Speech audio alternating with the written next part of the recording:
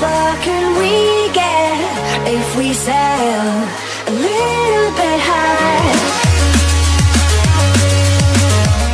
He wrote a book on the art of negotiation and was elected to office claiming he alone could end Washington gridlock, but President Donald Trump's latest attempt to broker a big bipartisan deal has turned into a big mess. The failure to find consensus on immigration and spending is a blow to Trump's presidency on the anniversary of his inauguration, and perhaps more painfully, a blow to his brand as a wheeler dealer.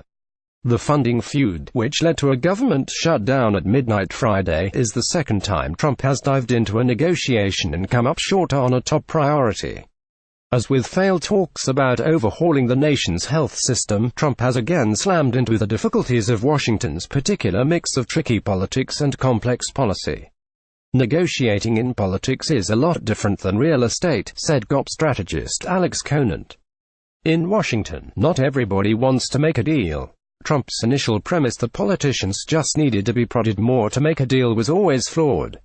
Nobody runs for Congress because they want to compromise the principles. They want to advance their agendas. Advertising invented by Teed's Democrats' agenda in this case is chiefly protection for the 700,000 young immigrants who may face deportation when the Deferred Action for Childhood Arrivals program expires in March. Republicans are seeking more time to talk and a long-term funding bill that would provide the Pentagon with major increases. It's not been entirely clear what the president's agenda is.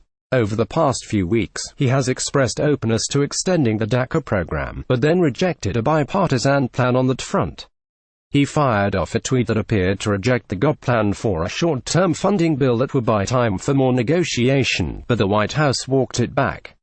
He abruptly tried to cut a broad deal with Sen. Chuck Schumer, the Democratic leader and a fellow New Yorker, and then backed off. I'm looking for something that President Trump supports, Senate Majority Leader Mitch McConnell told reporters on Wednesday, 2 days before the shutdown deadline. And HES not yet indicated what measure HES willing to sign. As soon as we figure out what he is for, then I would be convinced that we were not just spinning our wheels going to this issue on the floor, but actually dealing with a bill that has a chance to become law and therefore solve the problem. Democrats have been less diplomatic. Negotiating with President Trump is like negotiating with Jell-O, Schumer said Saturday, gleefully recounting what he claimed was a blow-by-blow account of Trump's failed efforts to avert a shutdown. The White House does not necessarily view the confusion as a problem. In his most notable work, The Art of the Deal, Trump boasted of his fickleness as a negotiator, describing it as a strategy. I never get too attached to one deal or one approach. For starters, I keep a lot of balls in the air because most deals fall out, no matter how promising they seem at first. A White House official, who spoke on condition of anonymity to discuss private deliberations, said the White House prefers to keep the government open, but sees potential political upside in Democratic overreach. Trump's team sees the shutdown as an example of the president's commitment to tough negotiation and believes Democrats will cave in, the official said. It is a familiar sentiment for presidents stuck in crises with Congress. During the 2013 shutdown, President Barack Obama predicted the confrontation would break the fever driving Republican opposition. Ultimately to no avail. Who bears the blame for the current debacle is difficult to predict.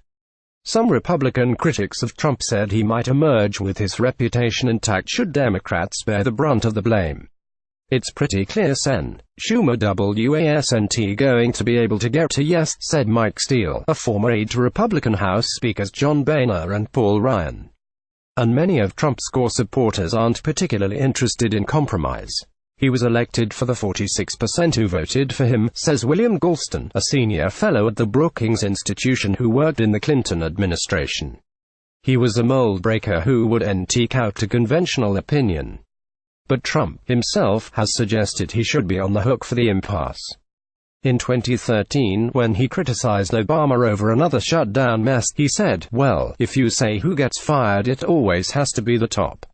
I mean, problems start from the top and they have to get solved from the top, and the president's the leader. And HES got to get everybody in a room and HES got to lead."